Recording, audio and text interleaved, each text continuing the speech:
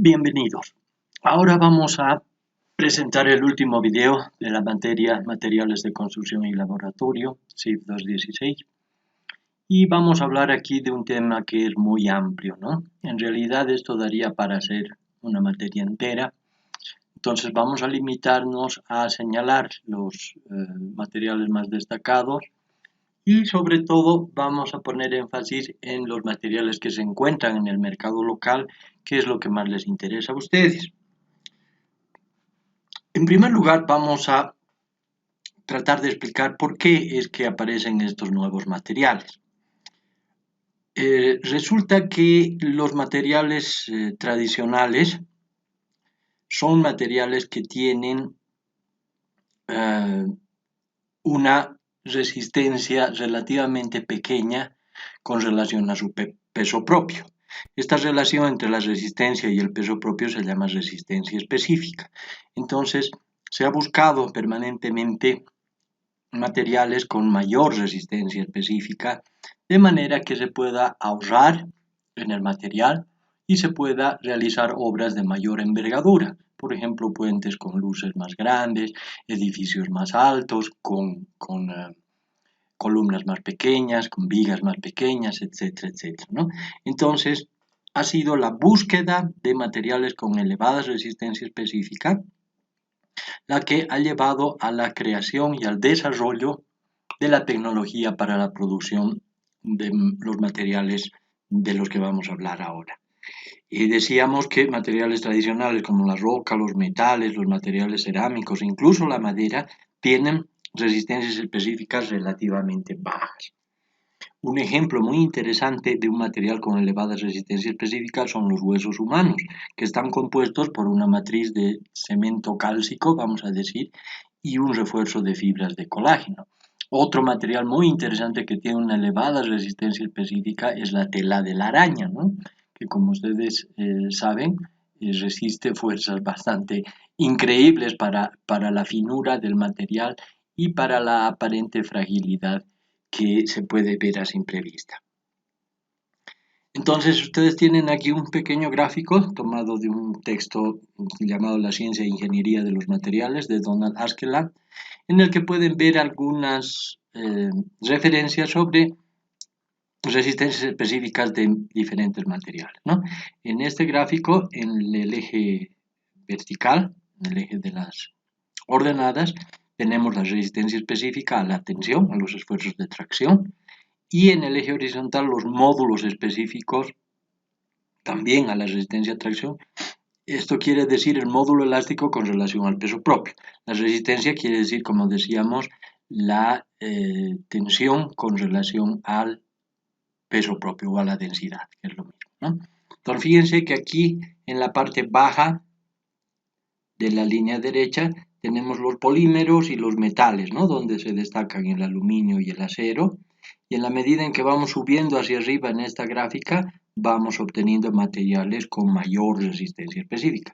Si ustedes ven aquí, estos materiales tradicionales, los plásticos normales y los metales, tienen resistencias específicas relativamente pequeñas. El vidrio es un material con mayor resistencia específica, pueden ver aquí diferentes tipos de vidrio, y aquí tenemos ya materiales como el Kevlar o el grafito, las fibras que como se llaman de boro, de carbono, de las que vamos a hablar después. Esos materiales son materiales con mayores resistencias específicas, es decir, con resistencias más altas con relación a sus densidades o a sus pesos propios. Vamos a hablar de ellos más a continuación. Pero como pueden ver aquí, entonces se han encontrado ya materiales con resistencias específicas mucho más interesantes que los materiales tradicionales. Entonces, a partir más o menos de la segunda mitad del siglo pasado, que se inicia la época de los llamados materiales sintéticos, que en principio se refieren a los plásticos, pero no exclusivamente a ellos, como vamos a ver. Y se habla mucho también de los materiales compuestos. Vamos a describirlos con un poco más de detalle en las próximas diapositivas. Desde la fabricación de la baquelita, que se puede considerar el primero de todos los plásticos, más o menos en 1909, fíjense, hace más de un siglo, Desde entonces hasta hoy se han desarrollado muchos materiales, se ha desarrollado mucho la tecnología en cuanto a esta rama y principalmente en cuanto a los materiales compuestos. ¿Qué quiere decir materiales compuestos? Quiere decir matrices, generalmente matrices poliméricas, reforzadas con fibras de otros materiales, ¿no? Entonces, fíjense que habíamos mencionado en una diapositiva anterior los huesos como un material compuesto, ¿no? Que tiene una matriz de un determinado material que a su vez está reforzada con fibras de otro material. Los materiales compuestos entonces consisten en combinaciones de materiales de diferentes características para lograr prestaciones mejoradas para aplicaciones específicas. O sea, la combinación de los materiales nos va a permitir obtener un material compuesto que va a tener mejores características y mejores propiedades para usos específicos. En el caso de los materiales compuestos para la construcción, se trata generalmente de matrices poliméricas que brindan facilidad de procesamiento, cohesión y conservación de forma para el material de refuerzo y protección contra el intemperismo. Es decir, la matriz tiene esos tres objetivos fundamentales. Repito, facilidad de procesamiento, cohesión y conservación de la forma del material de refuerzo y protección del material de refuerzo contra el intemperismo. En tanto que el material de refuerzo, que es otro material, brinda generalmente mayor resistencia mecánica y eventualmente mayor rigidez también. Si pensamos en la madera, que es un material del que hemos hablado ya anteriormente, podemos recordar que la celulosa constituía la fibra, ¿no? Y estaba revestida y protegida por una matriz de hemicelulosa y de lignina. Ahí tenemos un ejemplo de material compuesto natural, ¿no? Entonces la lignina y la hemicelulosa en ese caso forman la matriz y la celulosa forma la fibra de refuerzo. Ahora, ¿cuáles son las características más importantes de estos llamados nuevos materiales? En primer lugar está la ligereza, porque como hemos visto, tiene que tratarse de materiales con mayor resistencia específica y por ello deben ser materiales más livianos, con relación a los materiales tradicionales, lógicamente. Fíjense que las densidades de estos nuevos materiales están entre 0.03 y 2 kilogramos por decímetro cúbico. Para hacer una comparación, ustedes saben ya que el hormigón, por ejemplo, tiene una densidad de alrededor, el hormigón armado además, tiene una densidad de alrededor de 2.4 kilogramos por decímetro cúbico. El acero tiene una densidad de 7.8 kilogramos por decímetro cúbico, es decir, es un material mucho más pesado, ¿no? Si bien es más resistente, pero es mucho más pesado, por eso es que no tiene muy alta resistencia específica. Otra característica importante que se busca en estos materiales es la resistencia a la corrosión y a los agentes ambientales, es decir, se buscan materiales que puedan durar mucho tiempo prestando los servicios a los que están destinados. Deben tener también buenas resistencias mecánicas. En el caso de los plásticos puros, esto no se puede conseguir, por eso es que se habla de polímeros y plásticos reforzados. Luego está la posibilidad de moldeo, ¿no? Variedad de formas y diseños. Con estos nuevos materiales, como ustedes van a ver en algunos de los videos recomendados, hay una infinidad de posibilidades de formas y diseños.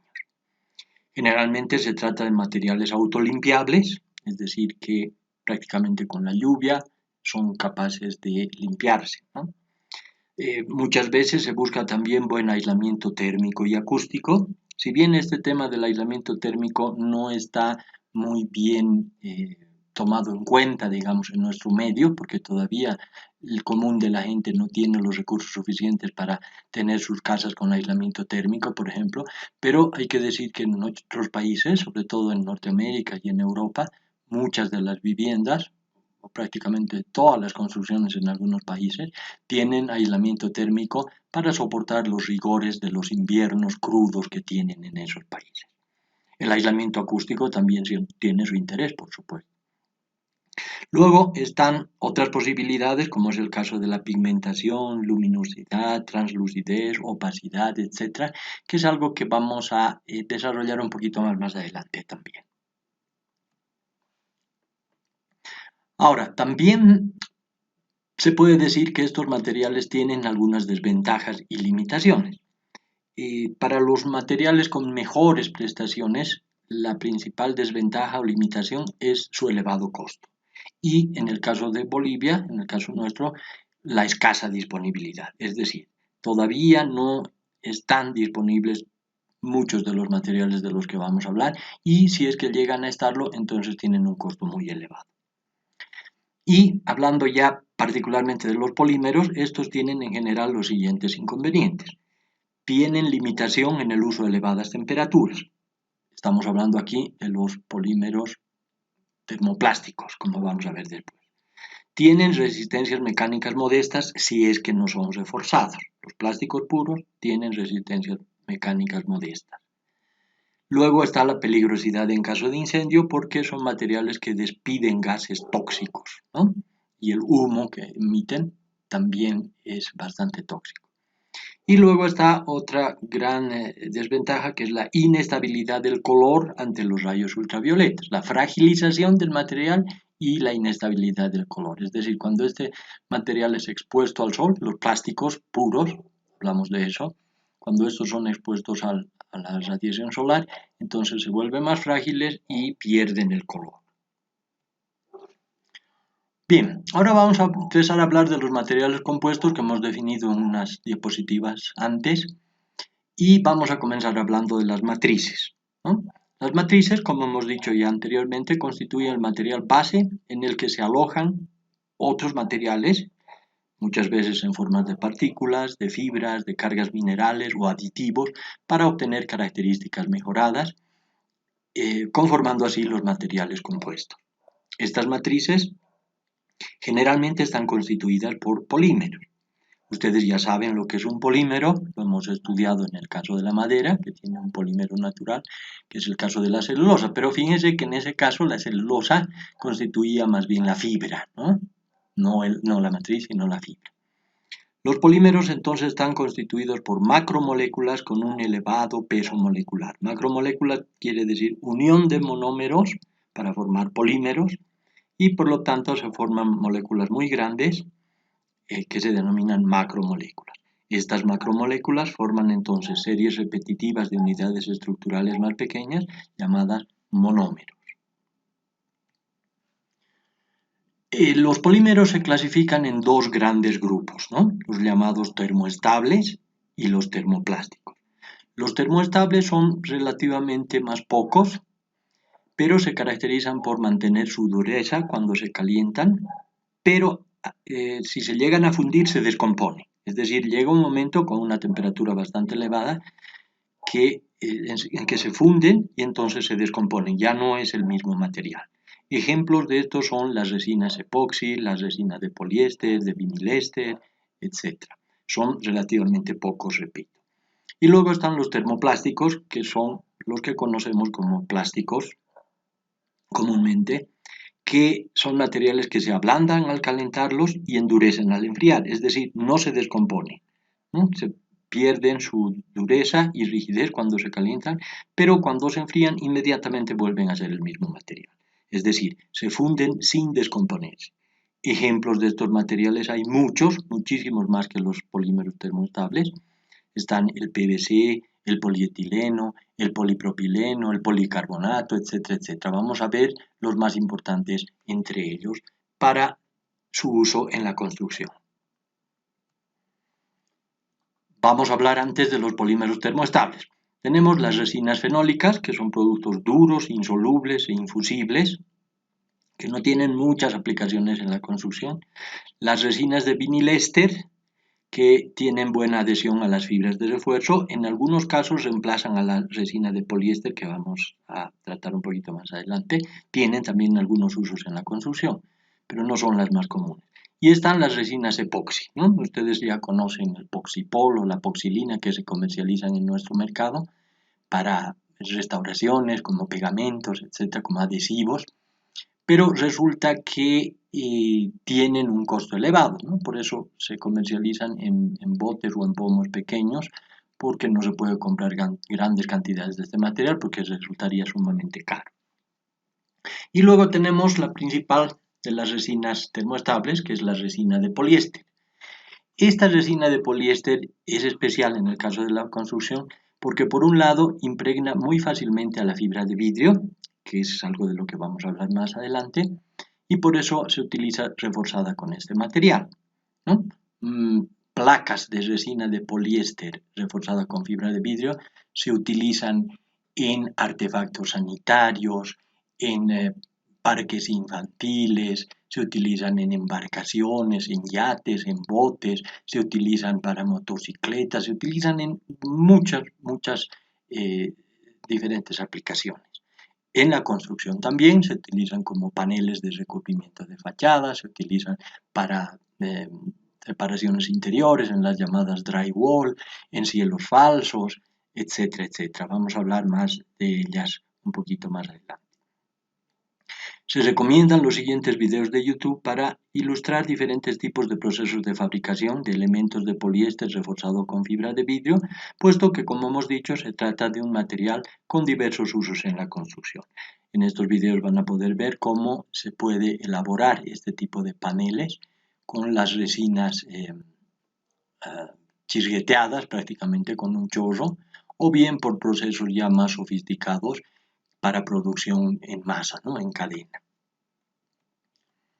Otro proceso importante para la fabricación de elementos de poliéster reforzado con fibra de vidrio es el llamado proceso de pultrusión, ¿no? En el que, como pueden ver ustedes aquí en esta gráfica, ¿no? se van preparando antes las fibras de refuerzo, que generalmente se trata de fibra de vidrio, ya sea como hilos o como pequeñas mantas, ¿no? que van entrando, son sopadas en una resina y luego pasan por un proceso de calentamiento, de activación de la resina para conformar el material ya terminado, que en este caso, como pueden ver, es una viga, ¿no? Un perfil. En realidad es un proceso bastante rápido que permite producir una diversidad muy grande de elementos para la construcción. Aquí también se recomiendan algunos videos para que vean diferentes formas para este proceso de pultrusión. Fíjense que el poliéster reforzado con fibra de vidrio no es el único material que puede ser trabajado con este proceso. Hay también otros materiales que pueden hacerlo. Ahora vamos a hablar de los polímeros termoplásticos, que como hemos dicho son los plásticos comunes. El primero de ellos es el PVC, llamado policloruro de vinilo, que es un plástico muy versátil y se utiliza principalmente en tuberías y en pavimentos para la construcción. La mayor parte de las tuberías de plástico comercializadas en nuestro medio son de lejos hechas de PVC. Los pavimentos que conocemos con el nombre de piso pack, por ejemplo, son también hechos de este material.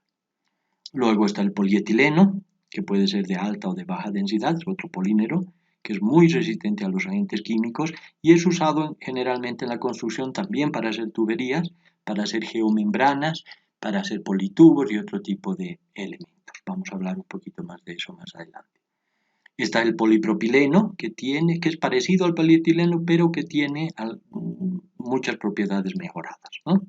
Se usa en cordelería, también para tuberías, sobre todo para tuberías que conducen agua caliente, y también para hacer fibras.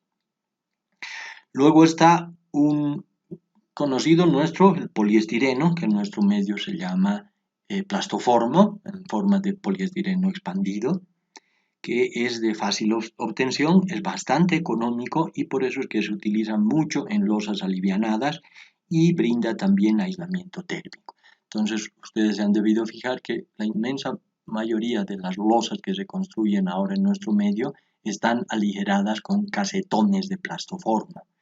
En realidad se trata, como acabamos de decir, de poliestireno expandido. Es uno de los polímeros termoplásticos que tienen más aplicaciones en la construcción. Aquí tienen ustedes unas imágenes de las baldosas de PVC, vamos al piso pack, y en la imagen de la derecha tenemos tuberías, ¿no? Vamos a hablar con mayor detalle de las tuberías más adelante en este video. Aquí tienen algunas de las aplicaciones del poliestireno en la construcción. En el caso de la izquierda aquí para losas alivianadas, como habíamos mencionado. Y aquí en el caso de la derecha tenemos ejemplos de lo que los comerciantes aquí llaman geofoam, de Tecnopor concretamente, que fíjense que sirve para estabilizar taludes, ¿no? En este caso se reemplaza el material del suelo con un material más ligero y resistente, que es el caso del geofoam, que es un plastoformo de alta densidad. Geofoam en inglés significa espuma para suelo, ¿no? Espuma de suelo. Y entonces este material se encuentra ya en nuestro mercado y sirve para estabilizar taludes, reduciendo el peso propio del material e introduciendo un material que tiene resistencia similar.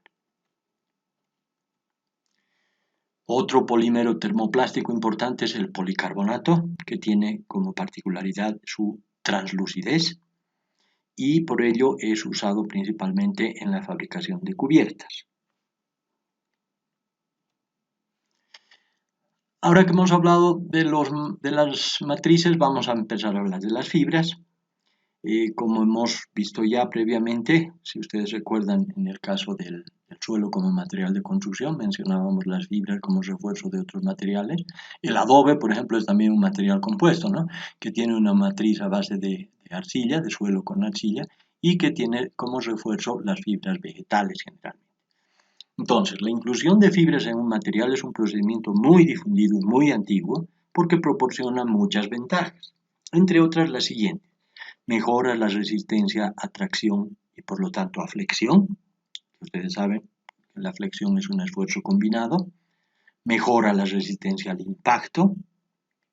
Controla el agrietamiento y el tipo de rotura, es decir, permite que la rotura no sea muy frágil y brusca y sea un poco más dúctil, es decir, que vaya rompiéndose en grietas más finas, más pequeñas y en mayor cantidad, ¿no? Modifica las características reológicas del material, esto quiere decir que en estado fresco le da mayor trabajabilidad. Mejora la resistencia a la corrosión y a la abrasión, es decir, al desgaste. Entonces, como ven ustedes, las fibras tienen muchos efectos positivos.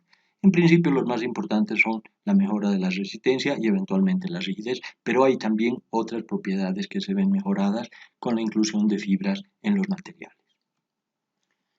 Vamos a hablar de la más difundida de todas las fibras, es la llamada fibra de vidrio, que se fabrica en forma similar al vidrio. Van a ver ustedes un video un poquito más adelante, un video recomendado, haciendo pasar el material fundido por pequeños orificios y estirándolos para formar hilos.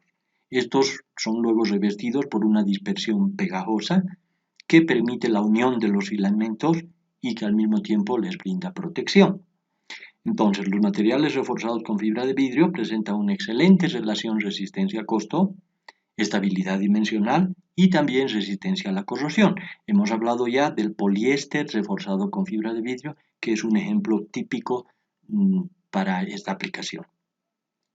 En el caso del hormigón, existe una fibra de vidrio especial que se llama la fibra de vidrio AR, que quiere decir resistente al medio alcalino, que se puede utilizar para reforzar el hormigón, porque resulta que la fibra de vidrio común, la tradicional, es afectada por el medio alcalino que se genera en el hormigón. Ustedes saben que la producción de portlandita, cuando el cemento se hidrata, ¿no?, genera un ambiente básico con un pH de alrededor de 13 que ocasiona esta alcalinidad que puede atacar a la fibra de vidrio si es que no está debidamente preparada.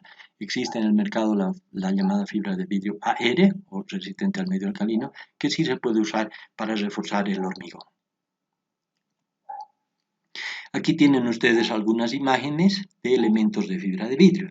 Fíjense que aquí tenemos en la imagen de la izquierda una manta, que es como un colchón, que se utiliza mucho en el extranjero para el aislamiento térmico. Les decía hace un rato que aquí en Bolivia, por cuestión de escasez de recursos, todavía no se suelen construir viviendas con aislamiento térmico como se hacen en otros países.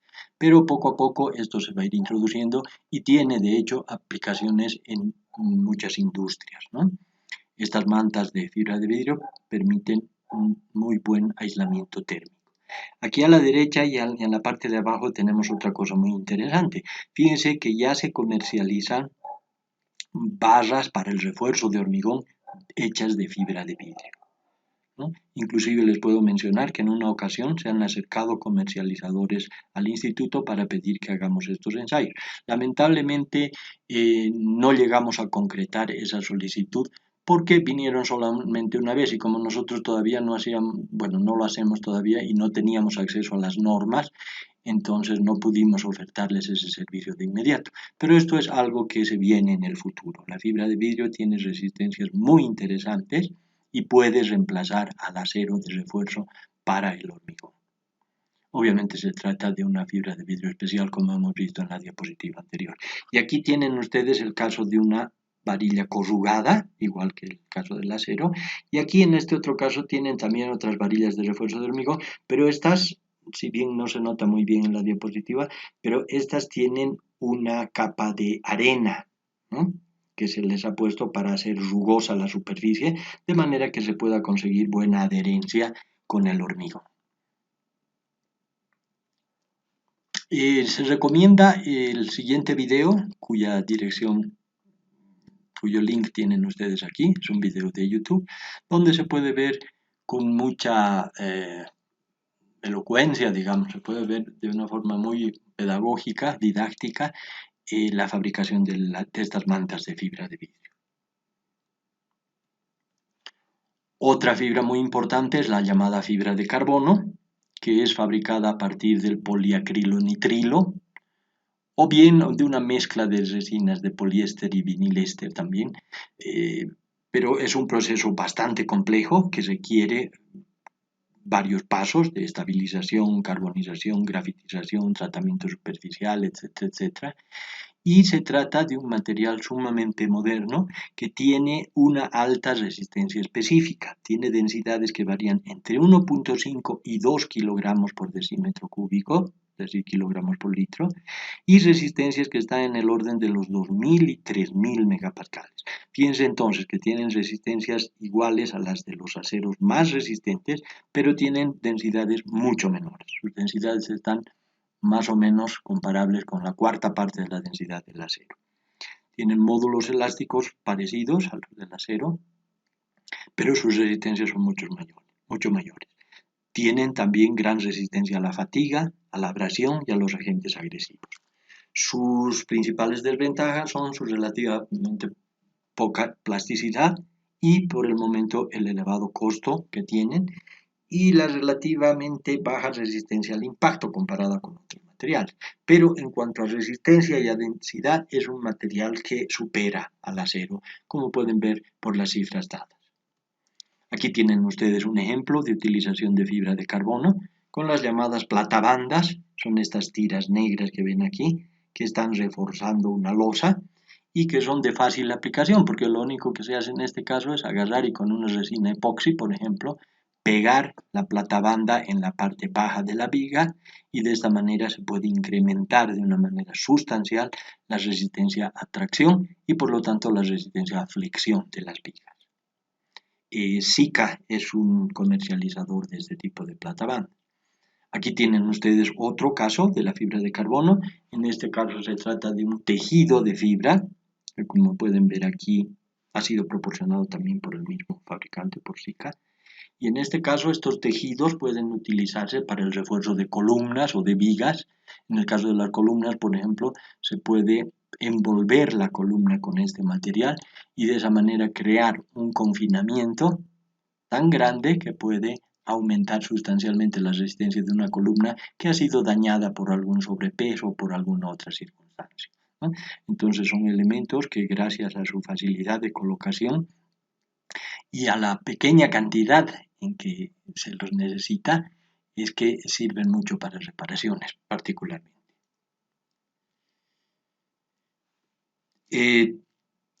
Luego tenemos la fibra de aramida, que es una fibra especial, es una fibra orgánica también y sintética con un alto grado de cristalinidad, que está basada en la creación de anillos aromáticos y uniones de hidrógeno y que tiene como nombre común, el nombre más conocido de esta fibra es el llamado Kevlar, porque ha sido el producto o el nombre con el que se ha comercializado el producto por parte de una gran transnacional norteamericana. Ellos le han dado este nombre, Kevlar, y entonces más que fibra de aramida se conoce como Kevlar, y tiene también densidades muy bajas, comparables a las de la fibra de carbono, es decir, alrededor de 1,5 kilos por decímetro cúbico, y resistencias que están también en el mismo orden, entre 2000 y 3000, 3500 megapascales. Sus módulos de elasticidad son un poco más bajos, pero entre sus ventajas está su elevada resistencia al impacto. Este es un material que debido a la resistencia al impacto tiene muchas aplicaciones en la industria bélica, ¿no? Se hacen chalecos antibalas, se hacen cascos, se hacen corazas para movilidades, automotores, etcétera, etcétera. Entonces, tienen relativamente bajas resistencias a compresión y a flexión, por lo tanto, y tienen cierta vulnerabilidad ante la humedad, pero tienen muy alta resistencia a tracción, como les decía, y sobre todo una gran resistencia al impacto. Entre sus aplicaciones en la construcción está en la de hacer tirantes, ¿no? Igual que en el caso de la fibra de carbonos, se pueden hacer tirantes para puentes, por ejemplo. Otras fibras. También se fabrican fibras a partir de otros polímeros más comunes, como es el caso del polietileno, el polipropileno, el nylon, inclusive el poliéster. Algunas de ellas se utilizan también en materiales compuestos. Uno de los principales campos de aplicación de este tipo de fibras más comunes, digamos, es la elaboración de materiales geotextiles, ¿no? Que se utilizan en grandes dimensiones para el refuerzo de suelos en carreteras, principalmente por su gran estabilidad y su durabilidad, además de su resistencia mecánica y facilidad de colocación. Vamos a hablar un poquito más adelante con más detalle acerca de esto de los geotextiles. Están también los materiales para paneles tipo sándwich. Los paneles tipo sándwich son elementos compuestos formados por láminas de un material resistente y rígido y un núcleo de un material más ligero que tiene el objetivo de brindar ligereza al conjunto y aislamiento térmico y acústico. Se pueden usar en revestimientos de fachadas, en revestimientos interiores, las famosas drywall que están poniéndose de moda en la construcción actualmente son muchas veces hechas con este tipo de paneles. Pueden usarse también en cielos falsos, etc. Bien combinados estos materiales pueden ofrecer una gran variedad de propiedades, ¿no? Los núcleos, es decir, la parte interior, que generalmente es un material ligero, puede ser un núcleo tipo nido de abeja, formados por estructuras regulares y repetitivas, muchas veces hexagonales, hechas de láminas metálicas con poco material metálico y con fibra de vidrio, cartón, etcétera, etcétera. O pueden ser los llamados núcleos de baja densidad, formados por espumas o estructuras celulares con cavidades llenas de gas, por ejemplo, plastoformo o poliuretano, que es otro material importante del que vamos a hablar un poquito más adelante. Fíjense que estos paneles entonces tienen en la parte de afuera un material rígido que muchas veces es poliéster reforzado con fibra de vidrio, es uno de los materiales más comunes para las láminas de la parte exterior, y en la parte central un material ligero, que puede ser núcleo de nido de abeja o núcleo de baja densidad. Fíjense, aquí tienen ustedes un ejemplo de uno de esos paneles tipo sándwich que se está colocando en una cubierta con un material resistente en la parte de afuera que puede ser, por ejemplo, un aglomerado de madera, como en este caso, y en la parte central plastoformo, ¿no? Entonces, de esta manera se tiene un material que es rígido y tiene cierta resistencia, pero que al mismo tiempo es ligero y además brinda aislamiento térmico y acústico. Aquí tienen el poliuretano del que hablábamos antes, que se lo fabrica mediante una reacción química que produce una esponja que se endurece rápidamente, ¿no? Debido al elevado contenido de burbujas de aire que están atrapado en el interior del material, se lo usa principalmente para aislamiento térmico y acústico. Fíjense que también se pueden producir vigas y perefiles por medio del mecanismo de pultrusión utilizando poliuretano. Pero se trata de un poliuretano de mayor densidad, obviamente. Luego tenemos los elastómeros, que son también polímeros, pero son polímeros especiales porque tienen una gran elasticidad es decir, deformaciones reversibles de hasta 300, 400, incluso pueden llegar a 800% de deformación elástica sin romperse. Entonces se trata de materiales muy particulares, por cierto, que tienen aplicaciones muy específicas también. Los más comunes son el caucho y la goma. Y aquí cuando hablamos de estos elastómeros podemos referirnos a los naturales o a los artificiales, ¿no? El caucho natural o la goma natural viene de un árbol, ¿no? De donde se extrae el látex, el árbol de la goma, que es originario de la parte norte de Bolivia y algunos sectores del Brasil, y que paradójicamente, fíjense, se ha exportado, digamos, las semillas. Bueno, en realidad han sido robadas muchas de las semillas por parte de científicos europeos y se las han llevado a Malasia, Indonesia, y ahora la mayor parte de la producción de este producto a nivel mundial viene de allá, del sudeste asiático, pero el árbol es originario de aquí, de Bolivia.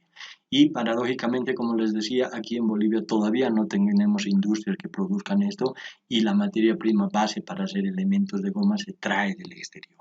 Esto es realmente una lástima, pero lamentablemente es una realidad. Esa es la razón por la que el costo es elevado también. Podría ser un material más barato si se fabricara aquí en nuestro país. Y puede ser material artificial también, en cuyo caso se llama neopreno y tiene muchas aplicaciones en apoyos para puentes. Pueden ver ustedes aquí dos ejemplos de eso, ¿no? Estas almohadillas de neopreno que ven ustedes aquí en las bases de las vigas, y la razón por la que se utiliza esto es que este material, ¿no?, tiene gran resistencia mecánica, es decir, soporta un peso muy grande y al mismo tiempo permite cierto deslizamiento. Es decir, si por alguna razón, por el tráfico, por el viento, por los procesos de expansión y contracción del mismo hormigón o del material metálico, esto tiene que moverse. Entonces estas almohadillas de neopreno permiten esos pequeños movimientos sin destrozar la estructura. Entonces esta flexibilidad que otorgan estas almohadillas de neopreno lo hacen un material muy adecuado para apoyos, para puentes, ¿no?, para apoyos de vigas. Aquí tienen ustedes otro ejemplo de usos de estos elastómeros. En este caso tenemos elementos elastoméricos para juntas de dilatación, están colocados aquí entre otros dos elementos que pueden moverse por diferentes causas, pero eso no debilita el elemento completo porque esto permite esos movimientos, ¿no?, en ambos sentidos. Entonces incluso estos dos elementos pueden acercarse o separarse un poco entre sí, y la presencia de este elemento nos va a permitir esa flexibilidad por un lado y nos va a impedir el paso del agua también. Aquí tienen ustedes otro ejemplo de uso. Aquí también como water stop, es decir, para impedir el paso del agua y para permitir el movimiento entre dos elementos, ¿no?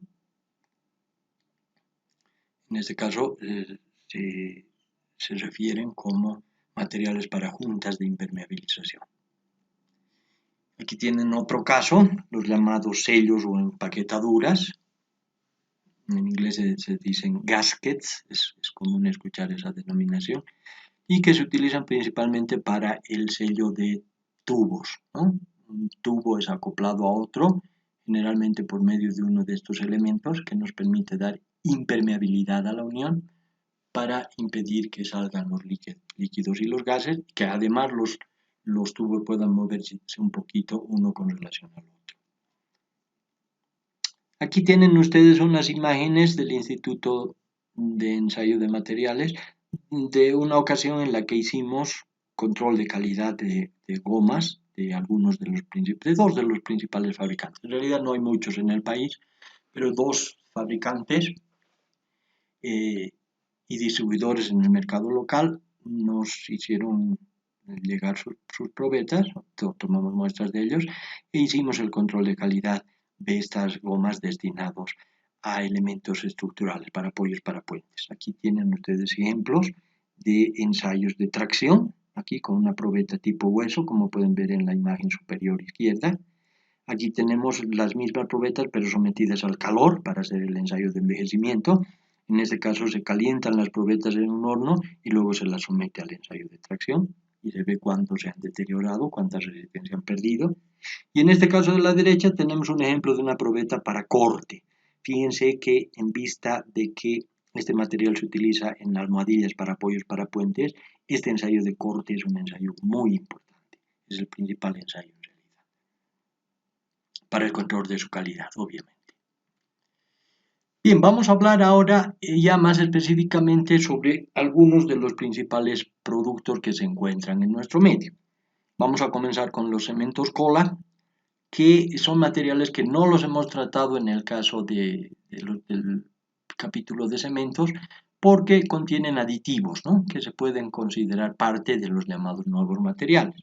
Estos cementos cola son muy utilizados en nuestro medio, se han difundido mucho para el pegado de azulejos, mosaicos, baldosas, etc. Y están hechos a base de cemento, sí, pero tienen cargas minerales, como es el caso del filler, por ejemplo, la arena, y tienen aditivos. Tienen dos aditivos principales, que son los polvos dispersables y la metilcelulosa. Entonces, esos dos compuestos hacen que podamos clasificarlos dentro de los llamados nuevos materiales de construcción. Y se han hecho varias investigaciones en el instituto para evaluar las propiedades de estos cementos cola, ¿no?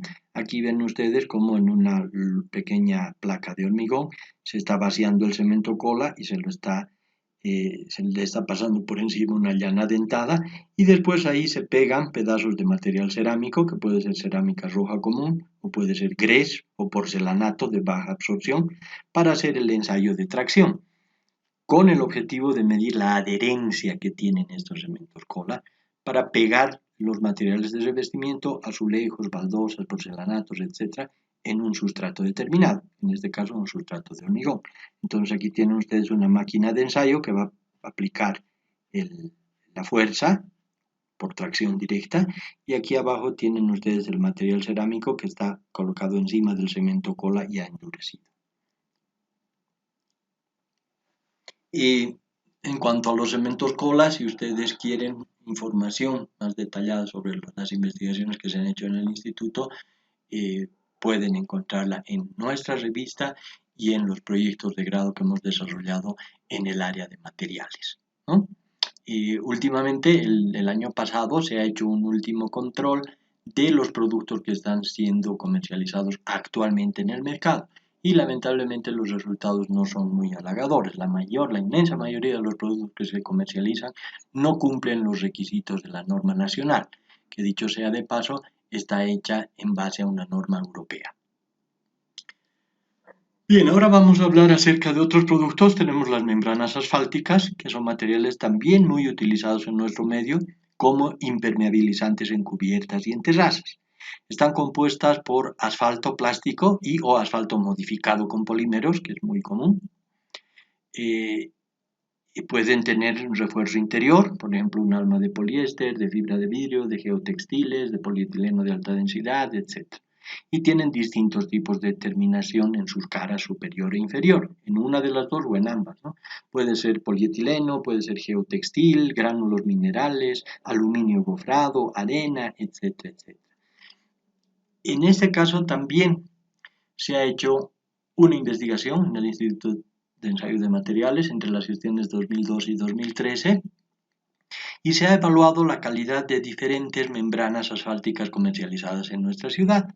En ese caso se han hecho ensayos en 12 productos de 6 importadores que comercializan membranas de países vecinos, concretamente de Chile, del Brasil y de la Argentina. De manera general, se puede decir como conclusión de esa investigación que los productos chilenos y brasileños son los que presentaron mejores resultados. Sin embargo, son un poco más caros, ¿no? Los productos argentinos mostraron deficiencias en algunas de las propiedades evaluadas. Pero fíjense, esto no quiere decir que todos los productos argentinos son malos, obviamente, ¿no? Los productos que se comercializan en nuestro medio, que estaban al alcance del consumidor en ese momento y que fueron evaluados en esa investigación, presentaron varias deficiencias. Aquí tienen ustedes algunos ejemplos de los ensayos que se realizan en estas membranas asfálticas Tienen, por ejemplo, aquí el ensayo de tracción en una membrana con aluminio gofrado como material de superficie. Aquí tienen el caso de un ensayo de envejecimiento por calor, donde se puede ver cómo un pedacito de la membrana se ha chorreado por el calor debido a la poca estabilidad del material asfáltico. Aquí tienen un ensayo de penetración, ¿no? de punzonamiento se llama, en una placa de membrana asfáltica con geotextil como material de revestimiento, ¿no? Y aquí tienen un ejemplo de un ensayo de doblado a baja temperatura. En este caso se usa un mandril con un radio dado y previamente enfriado se procede a doblar el producto de esta manera, ¿no? Bien, luego tenemos otro material llamado fibrocemento, que es un material hecho a base de cemento, celulosa generalmente, y o asbesto, ¿no?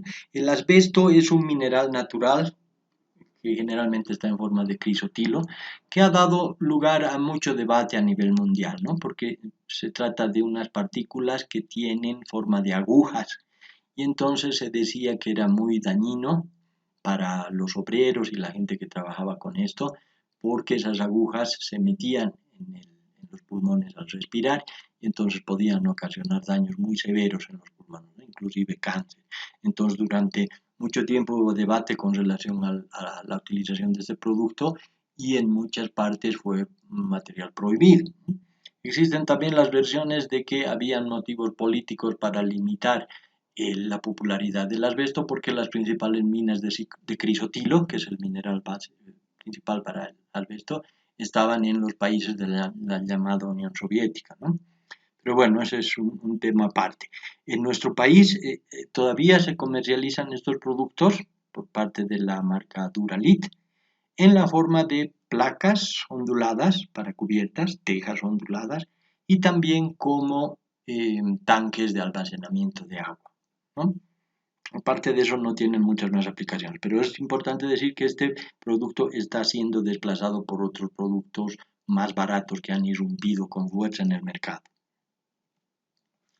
Tenemos los morteros húmedos premezclados. Son materiales que han aparecido con fuerza también en los últimos años y se han empezado a importar, por ejemplo, morteros húmedos premezclados de fabricación brasilera.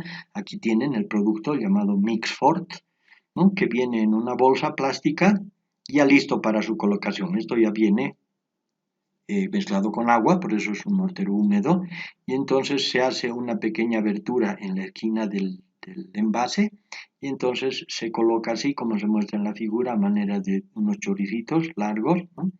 Y luego se pone directamente la otra pieza de mampostería encima.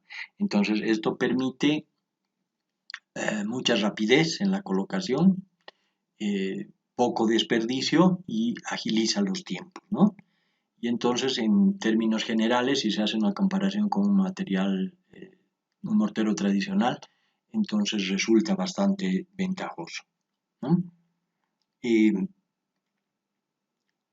se ha hecho una investigación, se han hecho dos o tres investigaciones en el Instituto de Ensayo de Materiales, ¿no? Y se ha visto que son bastante interesantes como alternativa al mortero tradicional, pueden ser usados siempre y cuando no haya que cumplir algunas prestaciones especiales, ¿no? Por ejemplo, si es que van a haber fuerzas laterales y hay riesgo de que haya impacto en este tipo de muros, entonces eso sí no resiste, ¿no? El tema de la permeabilidad también es un tema a tomar en cuenta porque en vista de que no hay mortero en la parte vertical aquí, ¿no? En la junta vertical, entonces puede haber problemas de paso de agua o de gases en su caso, si es que no se toman previsiones para darle impermeabilidad al conjunto. Existen también morteros de este tipo premezclados pero secos, ¿no? Uno de los comercializadores más importantes aquí es Valcure en nuestra ciudad y también los señores del Perú, los peruanos de Yura, han intentado introducir en el mercado algunos de estos productos. Lo mismo los de Sika, tienen un producto que se llama Pegaladrillos, que también está circulando en el mercado local. Tenemos otro producto interesante, son las llamadas mantas de hormigón, que más o menos en el año 2014 se ofrecieron en el mercado local y se trata de tejidos flexibles que endurecen cuando se hidratan. Es decir, cuando están deshidratados, cuando están secos, tienen una matriz de fibras impregnadas con cemento y tienen también algún polímero como el PVC que asegura la impermeabilidad de la manta y entonces forman un conjunto bastante interesante.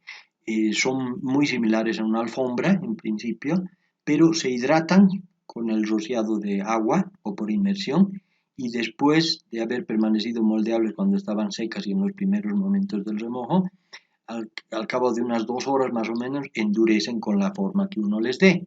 Entonces se pueden utilizar para hacer canales, alcantarillas, protección de tuberías, impermeabilizaciones, control de erosión, refuerzo de gaviones, revestimiento de túneles, se pueden hacer edificaciones provisionales en las bermas de las carreteras, etcétera, etcétera, ¿no? Tienen aplicaciones muy interesantes, pero tienen un costo muy elevado todavía, entonces pueden ser una opción a tomar en cuenta siempre y cuando se trate de una opción económicamente atractiva. Luego tenemos entre las otras aplicaciones de los nuevos materiales en la construcción, las cubiertas de arquitectura textil, eh, ya sea tipo placas o membranas, ¿no? En el caso de placas están las llamadas tejas shingles, que se ven aquí, que son combinaciones de diversos materiales, generalmente asfaltos modificados con polímeros, cargas minerales y otros que tienen un acabado muy interesante y elegante, como ven en esta imagen de la derecha, o pueden ser membranas, como en este caso, en la imagen de la izquierda, donde se ve un ambiente para una exposición, con esta llamada arquitectura textil, donde se puede ver que todas las cubiertas eran de este tipo de tejidos. Tenemos algo que hemos mencionado ya, los paneles para muros, entrepisos y cubiertas, en este caso concreto son las llamadas drywall. Drywall quiere decir pared seca, porque está formada no por un mortero húmedo tradicional, con ladrillos o con otros elementos de mampostería, sino por placas que se colocan y se arman en el lugar con un procedimiento seco, totalmente seco, por eso se llaman paredes secas, ¿no?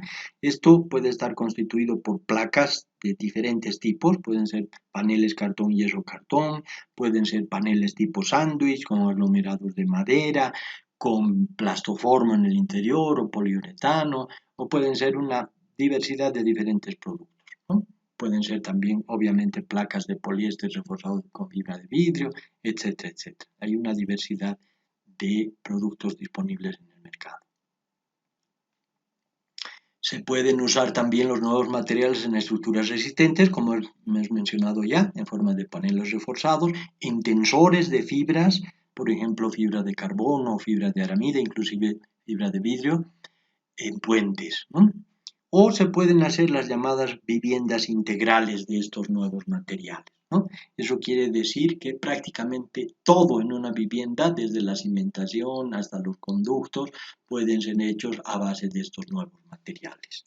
Eso es muy interesante porque nos muestra la gran diversidad y la versatilidad de estos nuevos materiales, ¿no? Se pueden usar en un sinfín de aplicaciones.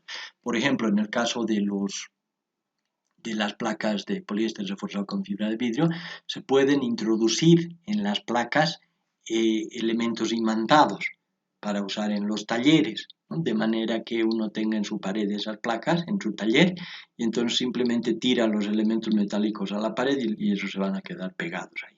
O pueden utilizarse con cargas bactericidas para los mataderos, para los quirófanos de los hospitales, para los lugares donde debe haber asepsia, es decir, limpieza total. Entonces, se puede usar ese tipo de elementos. O se pueden introducir cargas luminiscentes, ¿no?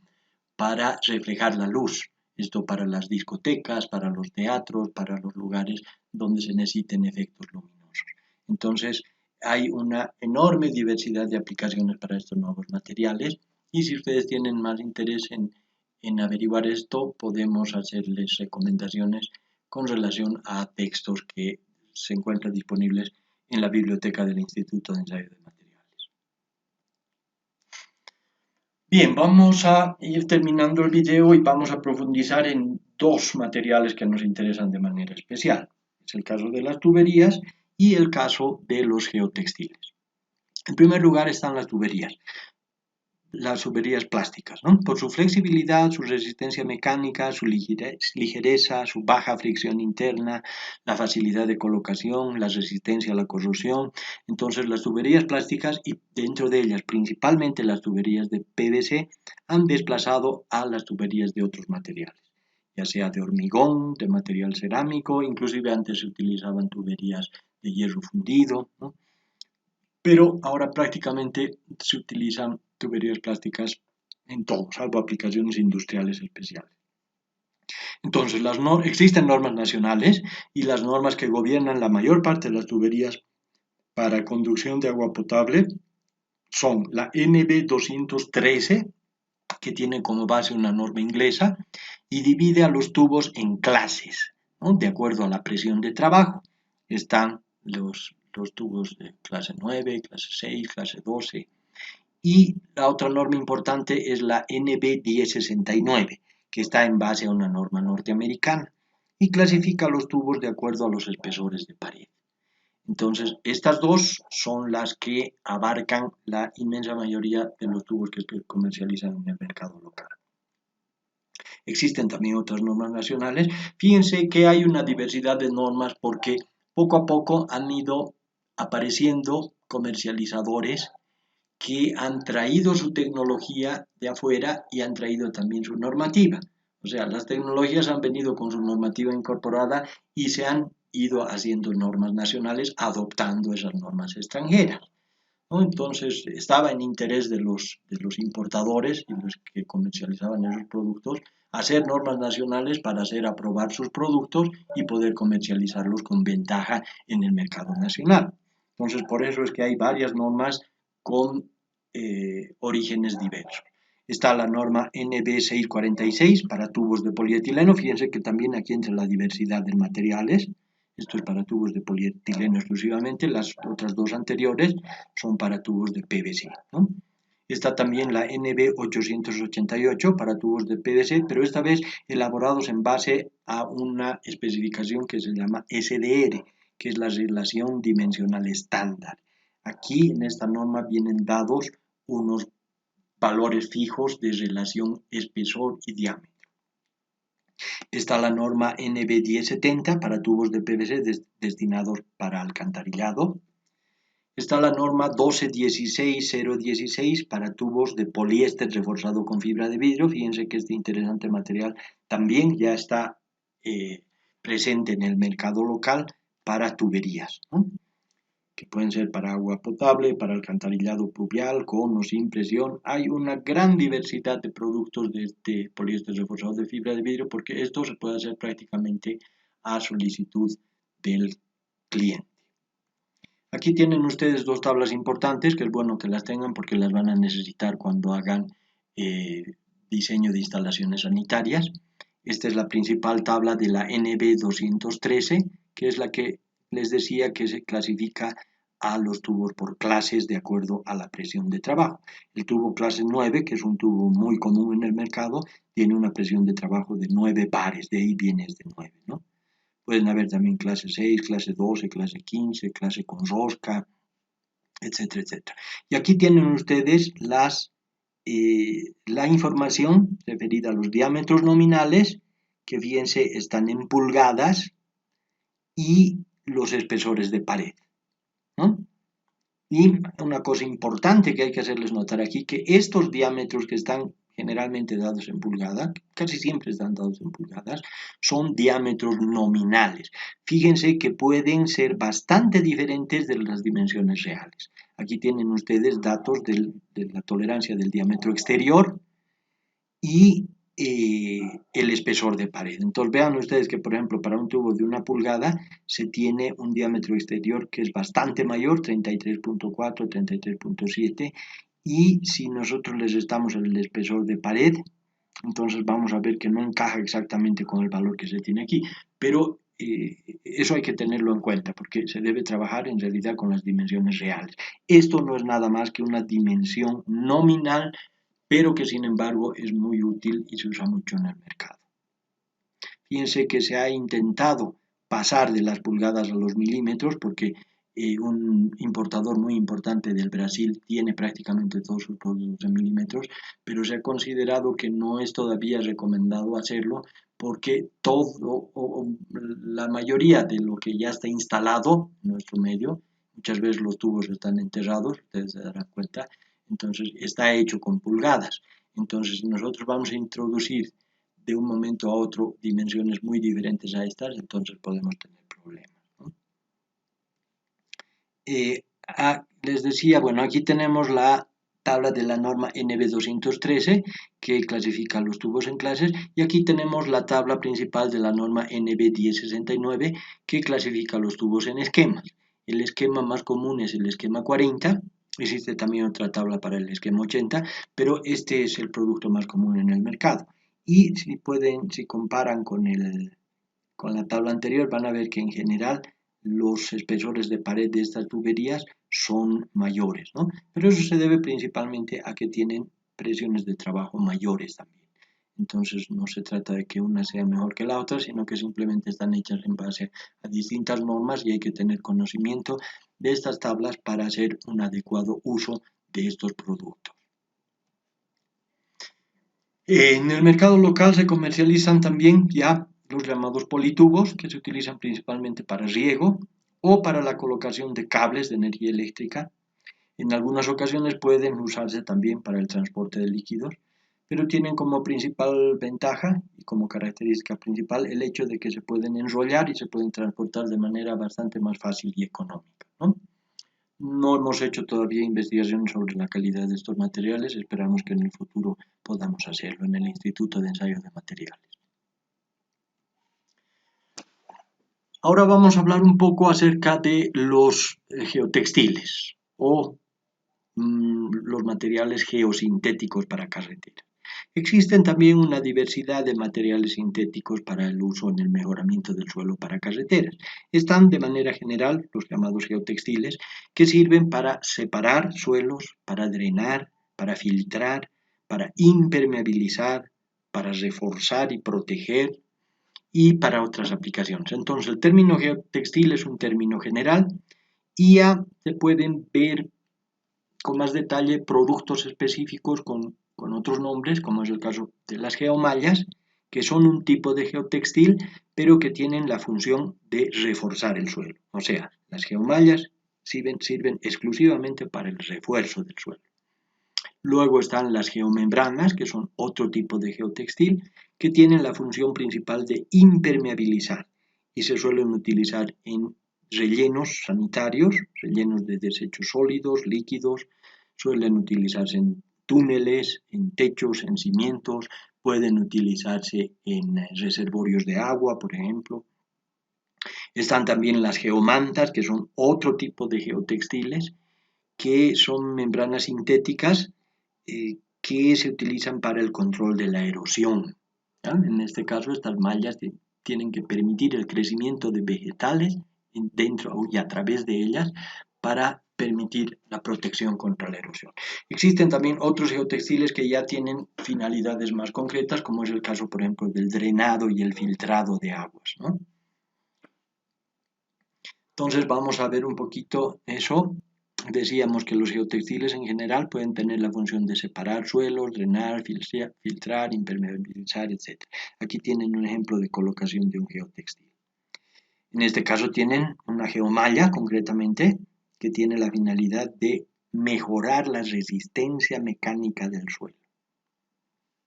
Esto generalmente se hace de algún plástico, ¿no? Puede ser polietileno, polipropileno, etc. Aquí tienen las geomembranas, que tienen la función de impermeabilizar para formar reservorios de agua o rellenos sanitarios, etc. Aquí tienen un ejemplo de geomantas. Esto es lo que se ha colocado en el Parque Urbano Central, aquí en la ciudad de La Paz, ¿no? Si ustedes reconocen este lugar, van a ver que se han colocado esas geomantas y que permiten el crecimiento de vegetación para evitar la erosión y de esa manera darle una buena estabilidad a estos taludes. Finalmente tenemos entre los nuevos materiales una aplicación importante que es la restauración, ¿no? Los adhesivos poderosos, como es el caso de las resinas epoxi, son una buena alternativa, aunque todavía muy costosa, como hemos dicho, y puede ser utilizada para adherir elementos estructurales proporcionando el refuerzo que se requiere. Las platabandas de fibra de carbono son otro ejemplo de materiales para la restauración, puesto que constituyen un excelente refuerzo para el acero en el hormigón armado.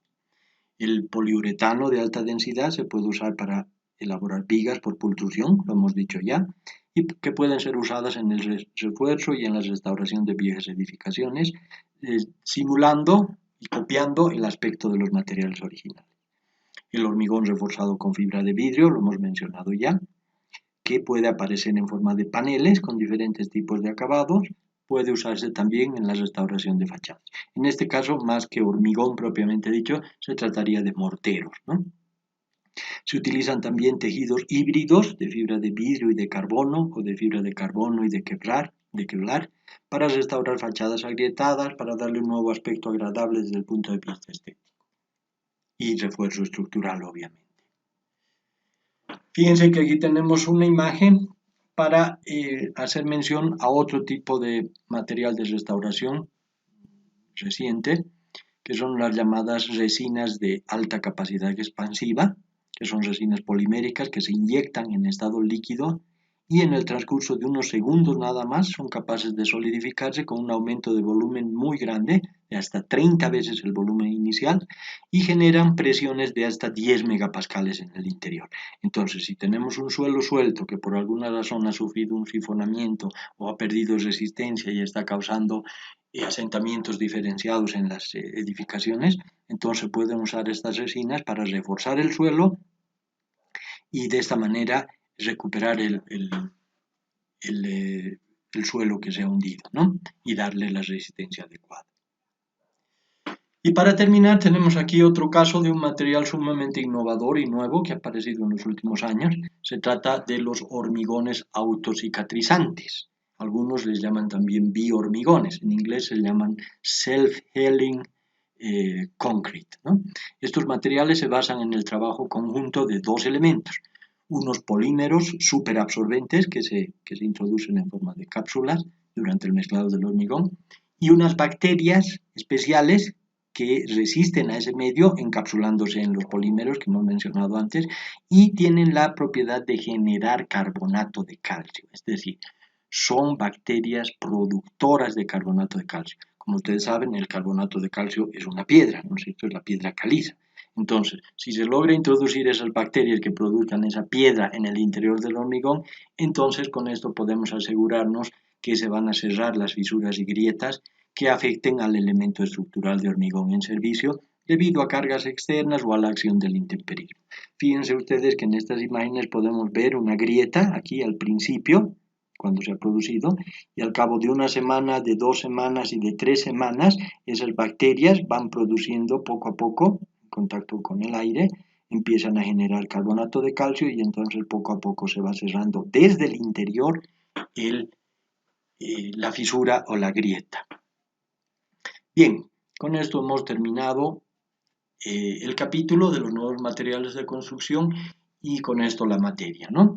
Recomendamos que estudien, en internet se pueden encontrar un montón de videos acerca de los productos que hemos ido mencionando y sobre todo los que se ofertan en el mercado local para que ustedes puedan tener un conocimiento más profundo acerca de sus propiedades. Como pueden ver ustedes, se trata de un tema muy amplio que no podemos verlo a profundidad en cada uno de sus aspectos, pero creemos haberles dado una base lo suficientemente sólida para que puedan utilizar los productos que se ofertan en el mercado local.